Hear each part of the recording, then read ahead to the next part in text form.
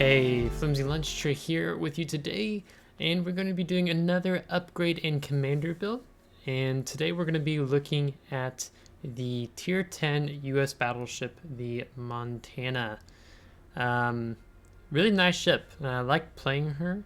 I haven't played her a lot in randoms yet, but I have got some action with her in one of the previous ranked seasons, as well as playing her a bit more in co-op, getting used to her still. So, in talking about our upgrade in Commander build, I first want to, as usual, talk about what type of battleship are we looking at here. Well, Montana, she's not really a brawling battleship, although she does have decent secondaries, and we're actually going to talk about that. But she's much more of a mid to long range battleship. Kind of goes a bit with her concealment, but also that she has these accurate, what was it, 406? That's totally the wrong one. Yeah, 406 millimeters main battery. We have 2 on the bow and 2 on the stern. As well as being able to have this unique upgrade for these main guns in slot 6 to make them even more accurate. But it's like artillery plotting room 2 we'll talk about. But she really excels at the mid to long range business. So let's go ahead, and I do want to look at the armor layout. I've been trying to be more conscious of doing this in these videos. So on the foreign plating is 32 millimeter. That's the same as what you're going to find on the aft end plating. So I'm not a guy who's all tech savvy when it comes to the numbers of what can pin, what can't pin this. I would probably go out on the limb and say Shikishima can pin this, but I'm not entirely sure. You do have a good sizable superstructure. Not as big as Georgia's, Tier 9 American battleship. But then you have this 38 armor belt, and then you have this 4.9 millimeter other armor belt, armor thickness. And then we get down to the Citadel. So let's take away some things so we can see what the Citadel is. So the Citadel is basically waterline. It's also that 4.9 millimeter like we were seeing here with the armor belt. So it is a little bit harder to get to the Citadel. But for example, if you're turning your ship hard to port, hard to starboard, sometimes you can lift the Citadel above the waterline rather easily in a turn and get Citadeled more easier that way. But you can see it is quite large. I don't think there's actually a lot of armor protection on top. You have 38 millimeter, then you've got let's take away the superstructure, and you still have the 38 millimeter beneath it. So, yeah. But she's got good AA. So yeah, so that's kind of gives you an idea of the armor scheme of the battleship, and just showing that briefly. So let's jump into the upgrades. When it does come to modules, there's nothing further to research. As soon as you research and buy the ship, you have access to all modules. For slot 1, I recommend taking the main armaments modification 1. What this does is that it reduces the risk of your main batteries from becoming incapacitated by negative 20% and improves your main battery survivability by plus 50% and reduces the main battery repair time if your main battery should become incapacitated. Clearly, torpedoes do not apply to the Montana. You do have auxiliary armaments, so if you want to have more survivability on your secondary battery and your AA, you can improve your survivability by 100%. Myself, I just take the main armaments modification, but you could take this if you'd like. I just lean this way. Then you have magazine modification 1, risk of your ship's magazine detonating reduced by negative 70%. As I always say, there's no point in taking this upgrade because when you go to signals, you get this special Juliet Charlie combat signal where it completely eliminates the risk of your ship's magazine detonating. So if you're playing randoms, if you're playing ranked, if you're playing clan battles, King of the Seas even, you always want to take this flag. Yeah, I mean, I don't take it in co-op if I'm just messing around, but yeah, so then because of that, there's no need to take the magazine modification 1. For slot 2, you have two options. You have the damage control system modification 1. This reduces the risk of catching fire by -5% and the risk of flooding by -3%. Those are always good things to have, especially when you get to the higher tier 8, tier 9, especially tier 10 meta. There's more HE spamming, so anything you can do to help reduce the risk of catching fire is fantastic. You also have engine room protection. I don't recommend taking this because you are a battleship. It's much harder to knock out your engine and your steering gears compared to a destroyer, as an example. Myself, I have not found myself having my engine become incapacitated yet in Montana. Now, steering gears is possible. Sometimes you take a torpedo to the rear and incapacitates your steering gears that way. For slot 3, this is going to be a little different than I would say mainstream. I really think that you have several viable options here, and I think it's really up to you. First off, you have the main battery modification. So this increases the traverse speed of the main turrets, the main battery traverse speed plus 15%. Right now on my commander, I do have John Doe. To show you quickly, I have the improved enhanced skill, grease the gears, so our main battery traverse speed is increased by plus 25%. So if you were to stack this on top of your already 36-second 180-degree turn time, you put that on, you'll drop down to 31 point something seconds, I believe it is. So you have even faster main battery traverse speed. Now, as you see right now, I have the secondary battery modification 1 on. So stock, your secondary range on Montana is like 7.37 kilometers, I believe it is. And with taking the secondary battery modification, you jump up to 8.8 kilometers.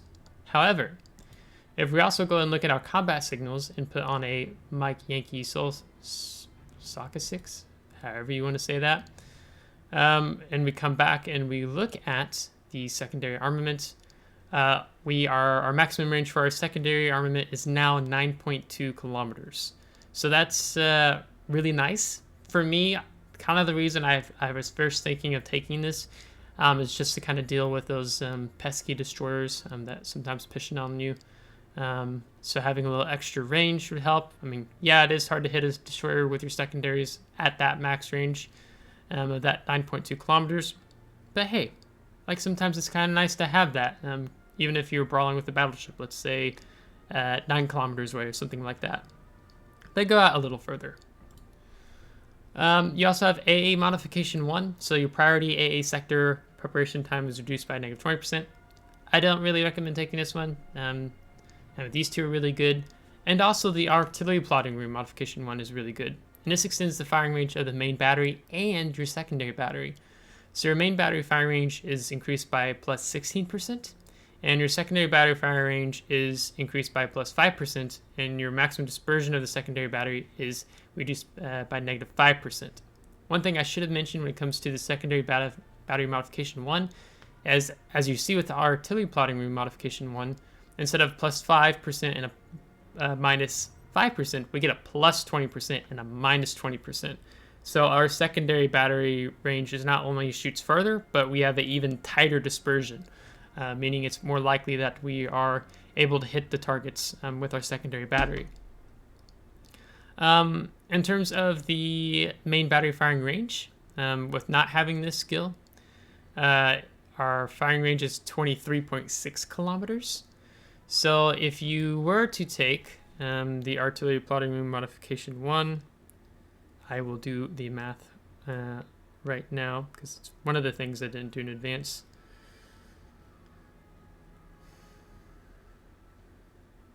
So it adds 3.7 kilometers or 3.776 plus your already 23.6, which means you get to a 27.3 37 kilometer range for your main battery. I don't care so much to take this skill because for myself, I like to be more within the 21 kilometer range of enemy ships, battleships, cruisers, versus being even further away. Kind of helps me play more in range. But you also get the spotting aircraft, which increases your main battery firing range by plus 20%. So even beyond 27 kilometers, getting up more towards 28, 29 kilometers. So for myself, I don't feel like the need to take the artillery plotting modification 1. So I would say really between these two, I think the main battery modification 2 for the increased turret traverse speed is great. And I think the secondary battery modification 1 is great for the Montana, since she does have decent secondaries. So the decision really lies with you. If you don't really care about secondaries so much, then perhaps a faster turret traverse comes into your favor. Slot 4, I take damage control system modification 2. Again, anything you can do to help with fire and flooding. In this instance, it accelerates the fire extinguishing and recovery from flooding. So our fire extinguish time goes to negative 15%, and our flooding recovery time goes to negative 15%. So it means you're going to burn for less amount of time, as well as flood for less amount of time. If your damage control party should be on cooldown, like you've used it and you're waiting for it to come back up. For slot 5, there's ideally 2 options. The second option is not listed here, but I'll show you where it is. Right now, I have the concealment system modification 1. So what this does is that your detectability range by sea, air, squadron detectability range, those all get decreased by negative 10%.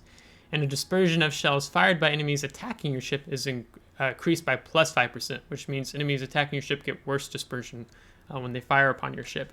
And this is really the standard option that I recommend taking. I do have Concealment Expert already on my Commander John Doe. So when we look at my detectability range by sea, we see it's 14.4 kilometers. But again, we go to the exterior, this time looking at camouflages. And for example, if I threw on a Type 29, which gives me detectability range by sea is decreased by negative 3%, and dispersion of shells fired by enemies attacking your ship is also further increased by plus 5%. We're now at 14 kilometers versus 14.4. So even better. Now, the second option for slot 5 is in the Armory. And the way you gain access to this unique upgrade is by having access to the Research Bureau.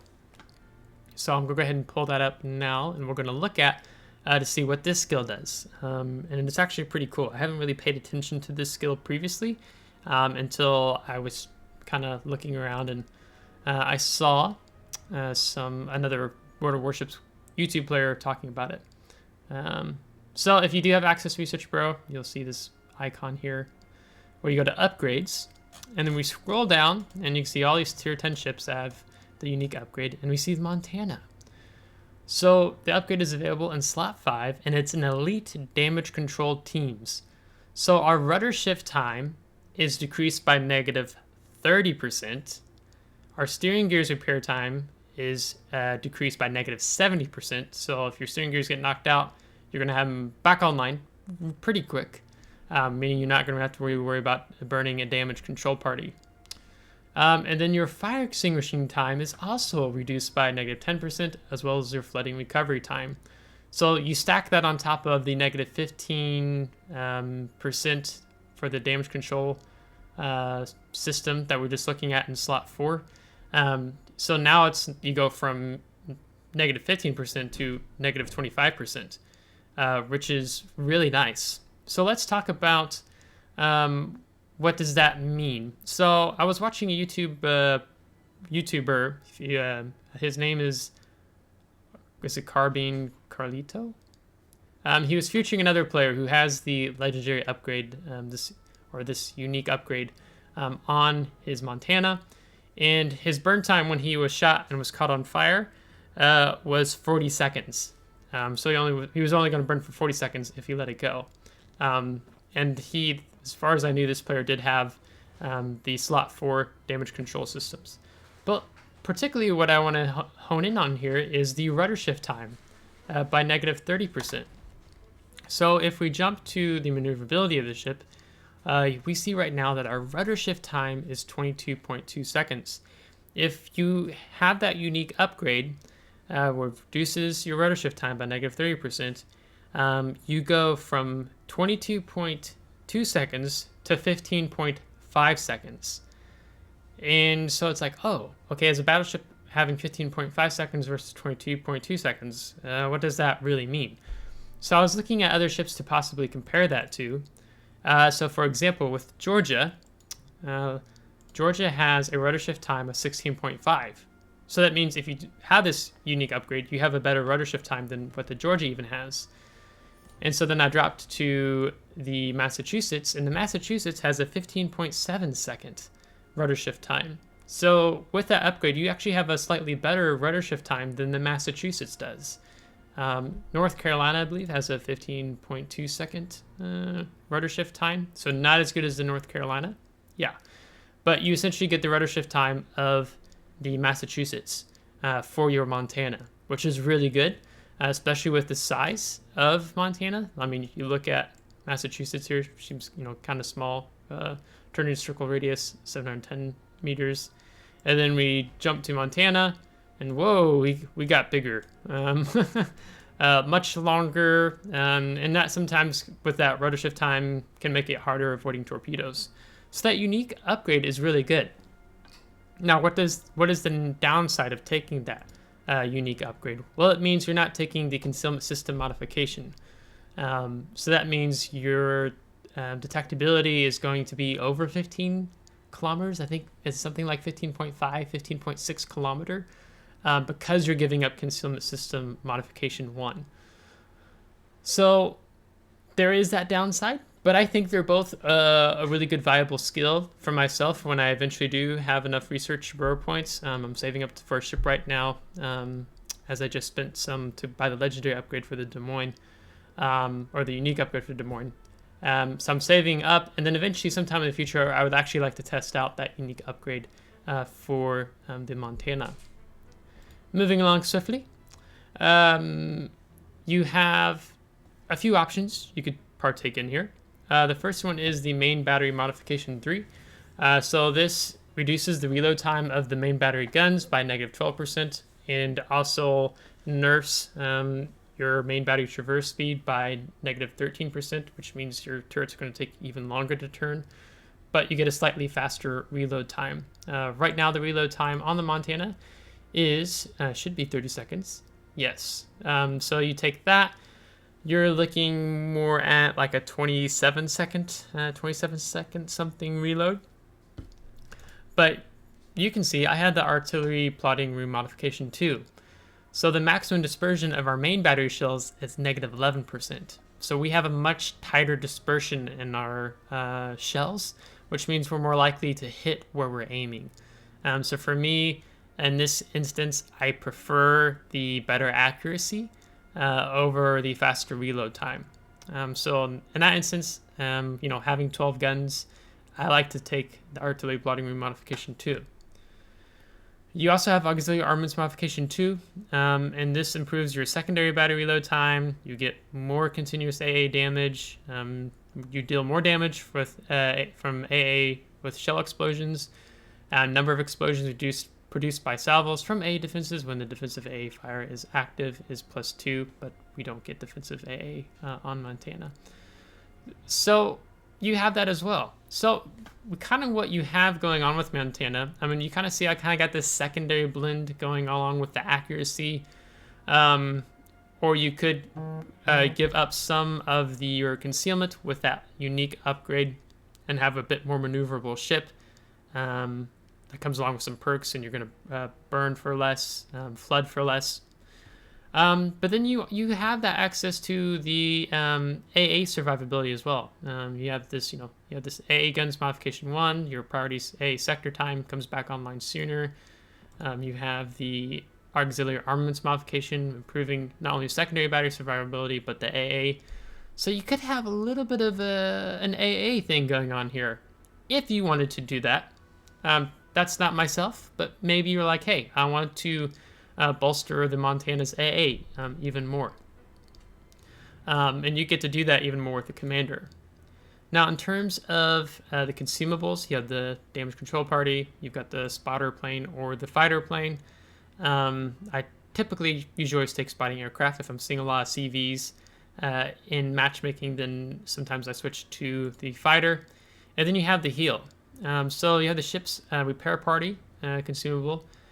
So this partially restores the ship's health pool by repairing any light damage.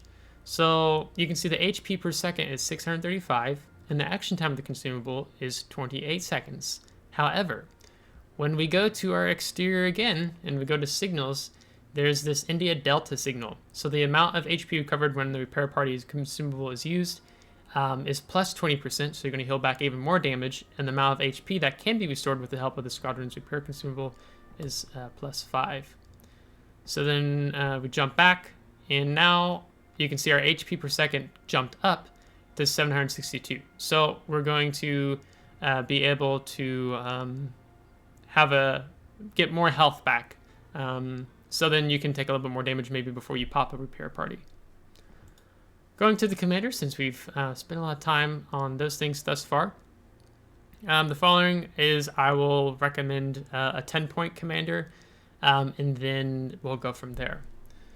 So I like to have, you get 2 commanders you can buy in the Armory. One is for 35,000 coal, the other is for 1,500 doubloons. They're both a 10-point commander. One's name is George Doe, and the other one's name is John Doe. I have John Doe on my Montana because of the 2 enhanced skills that he has. The first being gun feeder, so reduces the time taken to switch between shell types when all main batteries are loaded. Time taken to switch shell type is negative 75%. So basically, instead of the standard is negative 50%, so it's going to take 15 seconds to switch our main battery shells from like AP to HE, vice versa. We take this, it takes us 7.5 seconds. So if you all of a sudden have a destroyer pops out, is rushing you, you switch from your AP to your HE, kind of waiting, when he's going to show you a little bit more side to just slap him with, then this actually works quite nice. For 3-point commander, I'd recommend then taking Grease the Gears. Again, we have the enhanced skill. Our main battery traverse speed is plus 25%. As you guys saw, right now our 180-degree turn time, rocking 36 seconds. It can be 31 seconds if you take that the modification upgrade we were talking about here in slot 3, the main battery modification 2. Getting your turrets on target more quickly, especially if you have to maneuver. Say you're pushing in, then you have to kite away and get your turrets more back on the target quicker. English is hard. Learning a lot in region right now. For a 6-point commander, then I would recommend taking Adrenaline Rush. So this enhances the ship's parameter for each 1% of HP lost. So that means you're going to have a quicker main battery load time, a quicker secondary battery load time, and then for the Montana, your continuous AA damage is going to increase as you take more damage. But usually that means you're losing some AA if you've taken more damage. So maybe you just think of it as it keeps your AA somewhat 100%, but in reality, not so much. So it keeps your AA somewhat more active. And then for a 10-point, because the Montana is so long, she's so big, it's kind of not that hard to be able to hit her. I'd recommend taking Fire Prevention Expert as your first 4-point skill. So this reduces the risk of catching fire by negative 10%. Again, good thing. And then it also, what it does is the maximum number of fires on your ship is reduced to 3. So it takes away 1 fire. So the thing for Fire Prevention Expert that I often say that I didn't know for a while is when a ship can have 4 fires set on it. 1 on the bow, 1 on the stern, and 2 on the superstructure. So like here, and let's say here. So what fire prevention does is now you're only going to have max of 3 fires. And so what it does is that you can only get 1 fire set on your superstructure. So it's just like here in the center or something. So then you're going to take less damage because, majority of World of Warship players, when they're focusing on HE spamming you, majority of them are just going to keep shooting your superstructure. Few players actually know once they set a fire on a superstructure, one, they can usually tell like, oh, he's got fire prevention or he doesn't. But then they'll shift their HE focus to the bow and then to the stern to get more fire set on you, do more damage to you. So because of that, majority of WoW players exist where they just focus on shooting the superstructure. I like to take the fire prevention first for a 10-point commander. As you can see, as a 14-point commander build, I've taken Concealment Expert, so the ship's detectability range is decreased by -10%, which just gets us down to that present 14-kilometer range. And then for an 18-point commander, I would then recommend taking the Emergency Repair Expert. This does more than just one thing. So the action time of, well, it does a few things. For Montana specifically, does 3 things. So your action time of the damage control party is increased by +10%, and the repair party consumable action time is also increased by +10%, which means that you're going to be able to heal even more damage back because the action time of the consumable is going for even longer. So that means being able to heal more damage back into your ship. And then you get a additional heal. So you get 4 heals right now, but then once you take Emergency Repair Expert, you get 5 heals. It also shows the number of damage control party consumables +1. On most all ships in the game, you have an unlimited amount of damage control party consumables. This appeals more towards like the Russian battleships where they get like 4, 5, or 6, something like that. So it doesn't apply here. So you get 3 things of benefit from the Emergency Repair Expert. So I'd click that. And then I would say perhaps there's a few different ways you could go from this point. And I will tell you first what I'm planning to do. I am planning, as of now, to take the basics of survivability. So our module restoration time is decreased by -15%. And then fire extinguishing time, flooding recovery time is also decreased by -15%.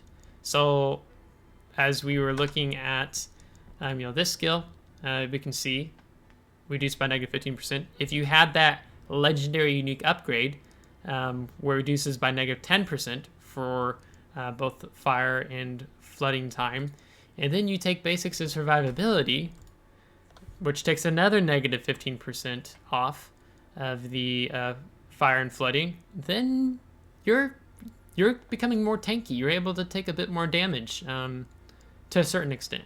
And so you're kind of increasing more of your role as being a tank battleship, per se. You're going to be in the battle for longer to make more of a difference.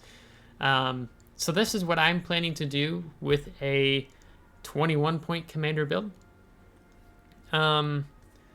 So let's talk about what else you could do.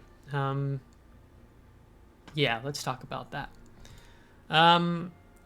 If you take this away, I would still recommend this as a bare bones Montana build, and then you have the 3 points to play with. You do have your expert AA marksman defense skill. How we were talking about if you want to make more of an AA build with the upgrades of the ship, you could take this. So if I pop open a defense, you can see continuous damage 440, damage by shell explosions 1680, and then do they have the priority sector time here? 15 seconds. So if we take this, we can see that our priority sector reinforcement is improved by 60%. And then our damage by shell explosions, there's an extra explosion thrown in, making it a total of 9, whereas right now you only have 8. So you could take that If you're thinking more AA, I would recommend maybe this one more so than this. Because, again, watch our AA values. So if I take this, 484, 1848. Previously, 440, 1680, 484, 1848. So you're going to be punishing more with your AA. And then again, if we jump to our exterior and we go to November Echo Set 7, our continuous AA damage and damage from AA shell explosions is increased by plus 5%. So again, watch what these two do. They jump up. So I always run this flag in randoms and stuff. But then if we threw this on, now we're over 500 and now we're over 1900. So you could do that if you want, and then in addition, like I said, with the upgrades for more of an AA build. And then you're left with 1 point. What would you take at this point? If you're worried about becoming incapacitated, you could take preventive maintenance. You could take incoming fire alert, or also emergency repair specialist, which the reload time of your damage control party and repair party consumables reduced by -3%, so it's like 3 seconds, something like that. I would probably go for incoming fire alert, just kind of help keep me more aware. And so what this does is that warning about a salvo fired at your ship from a distance of more than 4.5 kilometers away, like say you're detected, and then I'll switch up to this exclamation point, kind of like what you see in the triangle on this skill, and then it'll say incoming. And then you know someone just fired at you from over 4.5 kilometers away, and now it's the time to maneuver to help avoid that damage. So I could see doing this as more of an AA build if you don't want to take basic survivability. Then if you want to, if you want to do more of a secondary build with the Montana, right now we have 9.2 kilometers. You can take long-range secondary battery shells, which is going to even increase your secondary battery firing range by plus 20%. So 9.2 to 11 kilometers secondary. So you're getting closer to Massachusetts and Georgia secondary range. Granted, you're not going for the improved secondary battery aiming skill, but you could do a bit more of a secondary build, even more with Montana, if you wanted to. I would lean more towards the first two options before I would go with the long-range secondary battery shells, but if you want to try it out and test it, then more power to you. So that would be my 3 recommendations. You have basic survivability, go something more AA, awareness, increase your awareness, or if you want to have a bit fun and have a bit more secondary thing going on, you could take Montana. Again, kind of in my opinion, the Montana really, this means you have to be within 11 kilometers to use this skill, 3-point skill. And you don't have as quick as damage control party, or quick as, I just completely spaced your repair party. Like on the Georgia and Montana, it's a 40-second reload time versus an 80-second. So that's kind of why I don't necessarily lean towards having a longer secondary battery on my Montana, but if you want to do it, you could. Regardless, my first recommendation would be this. Second would be this. So let's talk about why I don't take some of the other skills. Pyrotechnician, there's better things you could spend your points on. Consumable specialist, this only affects one thing, being either spotting or fighter. Reload time is -10%. So if it only does one thing, it's not worth it, in my opinion, at all. We talked about these 3 skills. I don't recommend taking IFHE. Montana is really not ship suited for it. And you want to be able to set fires with your main battery. Torpedo vigilance.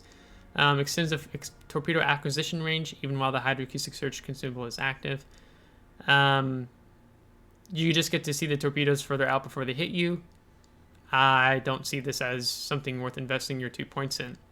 Now, priority target, some of those of you who have watched my previous upgrading commander builds know that I kind of have this like love relationship with priority target, that I really like it, really appreciate it. And I appreciate it more so on my brawling battleship playstyle. So something like Georgia, something like Massachusetts, versus the Montana. Because with Montana, like I said, she's more of a battleship suited for mid to long range combat. And usually you're kind of far enough away from the battle per se, where for me, I feel like I have a comfortable awareness of seeing what's taking place on the battlefield. I'm looking around, seeing if there's battleships taking shots at me, or a cruiser as an example. So thus far, I felt comfortable not having priority target. So I'm okay not taking it. If you find your situational skills, you really struggle with them, then perhaps priority target is the way for you to go. And then because you have that, you would need incoming fire alert. Then maybe you take emergency repair specialist or preventive maintenance. You'd always get a benefit out of this regardless. So I'd kind of lean more towards that way because your main turrets and stuff don't really get incapacitated that much. So you could kind of do either or. We talked about AA Gunner. This skill is, as of 10.4, is still crap. Super heavy AP shells, because the damage of the main battery AP shells, plus 7.5%, great. But the problem is your fire extinguishing time and your flooding recovery time. They buffed this. It used to be worse. I think it was plus 30%, and then your damage of main battery AP shells, maybe it was plus 5% originally. They did the same. They changed it on the cruiser too, so that's kind of why I get a little hazy there. Actually, I don't know. Scratch what I just said. But they did buff it where you wouldn't burn or flood for long if you take this skill, and you get more damage out of your AP shells. It's not worth, in my opinion, to burn and flood for so long. I would rather the damage of the main battery AP shells be something like plus 5%, and then your fire flooding recovery time be plus 10%. Until I see it as 10%, I really don't see this as a viable option to take. We've talked about long-range battery shells. We've talked about basic survivability, enhanced anti-torpedo protection. There's other things you can take with 3 points that I would say is more valuable than that skill. Expert AA Marksman. We briefly kind of talked about this. If I was going to go for more AA, I would take AA Gunner over Expert AA Marksman first. They took Deadeye out as Deadeye came in 0.10.0 as a 0.10.4. Recording this video, they removed Deadeye and they switched it with Swift and Silence, where it increases your ship speed while you're undetected. Don't take this in Montana. There's really a lot better things you can take for 4 points. Because Montana, the American battleships don't really benefit at all from this skill, except perhaps I would say Georgia, where you can, I think, bust over 43 knots when you have engine boost and you're undetected with this. But ideally, you're more brawling with Georgia. And she's already got a quicker reload time on her main battery guns. So, yeah, don't see the point really to take this. You're not a secondary battleship to a certain extent. So I don't see a need to take this. Again, I'd rather have the emergency repair expert, because you can really, at this point, you can only have 3 4-point skills. Close quarters combat. This again is for more of a brawling battleship. I run this on my Massachusetts. Your secondary reload time is increased or decreased. Reloads quicker. But then the can be activated is you have to get in within the firing range of your ship's secondary battery. And so, for example, in the Montana, at 30 seconds, if you're full health, you'd go from 30 to 27 seconds. But again, this is more for a brawling battleship, not the Montana. And we've talked about all the skills as a whole. So with that being said, this is what I plan to take as my 21 point commander build as of now. This is pretty straightforward. You'll find this type of build on most battleships to a certain extent. But I showed you some other options if you feel like you would want to do more of an AA build or etc. There's different options. I'm just kind of showing you what those could be, but also at the same time what I personally would recommend. So I hope you appreciate today's video, featuring the Montana and talking about an upgrade and commander build for the Montana.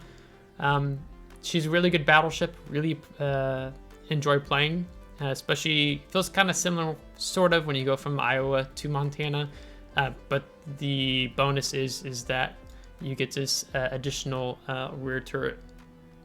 So more potential damage to do to the enemy team. So if you liked this video, give it a thumbs up. If you didn't, give it a thumbs down. Subscribe if you want to see more to help support the channel. If you have already subscribed, thanks so much. I really do appreciate your continued support. And if you have any comments or questions, let me know in the comments below. So until next time, take care.